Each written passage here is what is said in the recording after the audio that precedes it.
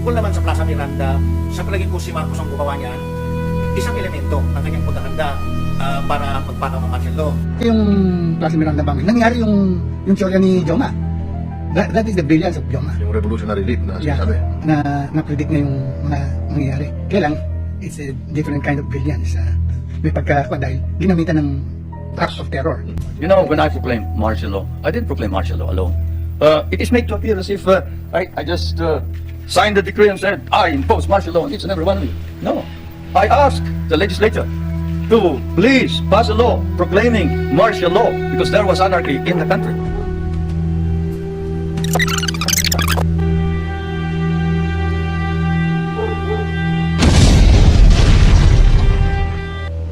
The most shocking event that rocked the nation in 1971 was the Plaza Miranda bombing that occurred during the political campaign rally of the Liberal Party held at Plaza Miranda in the district of Quiapo, Manila in the Philippines on August 21, 1971. It caused 9 deaths and more than 100 people are injured, including many prominent Liberal Party politicians. On August 21, 1971, at the meeting de avance of the Liberal Party in Plaza Miranda, the square became the scene of 2 simultaneous grenade attacks that nearly liquidated the party's leadership, just as Senator Rojas, Liberal Party president, was proclaiming his party's local candidates for the city of Manila.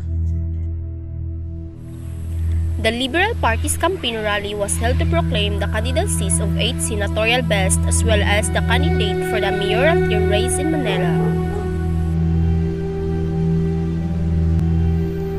As a crowd of about 4,000 gathered to hear speeches, 2 hand grenades were reportedly tossed on stage.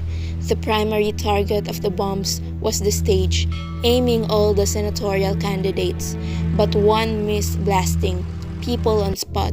Among those killed instantly were a 5-year-old child and the Manila Times photographer Ben Rojas. Almost everyone on stage was injured.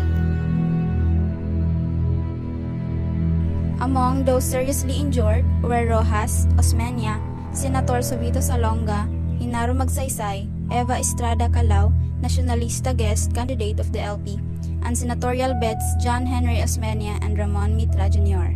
Rojas would hold President Marcos responsible for the attack. What is the truth behind this incident? In February 1971, Jose Maria Sison, Meet Communist Party of Philippines New People's Army, CPP, NPA Central Committee member, to discuss his plan to attack a Manila rally of Liberal Party, which opposed President Marcos. The purpose of the attack was to provoke another government crackdown and ideally gain support for the CPP-NPA. On August 21, 3 CPP-NPA members threw grenades on stage at the rally in Manila Plaza Miranda before fleeing the city to a CPP-NPA camp. Liberal Party members blamed President Marcos for the attack, which had killed much of his opposition. Marcos, who blamed the CPP-NPA for the bombing, responded by suppressing leftist political activity and suspending habeas corpus. These measures marked an increase in Marcos' power. In response to Marcos' repression, hundreds of student recruits joined the CPP-NPA. Meanwhile, Sison denied that CPA-NPA had been involved in the attack. As stated by Edward R. Kinesala in his article The Outrage, it will take a long time before Plaza Miranda, the symbol of free expression, will be as it used to be. No one will ascend the Plaza Miranda stage again without fearing for his life. How much of the militancy, the courage, the national pride, and the spirit of the Filipino people have gone that Black Saturday at Plaza Miranda? The 1971 Plaza Miranda bombing was, in a way, the square's last hurrah as the country's foremost stage for political discourse. The advent of mass media, which allowed candidates to reach wide audience through television or the radio. Political rallies have been reserved for proclamations or the traditional meeting de avance. While no longer the grandest nor the most prominent political forum, Plaza Miranda continues to remind Filipinos that Philippine democracy is not only restored in 1986 but is alive and free.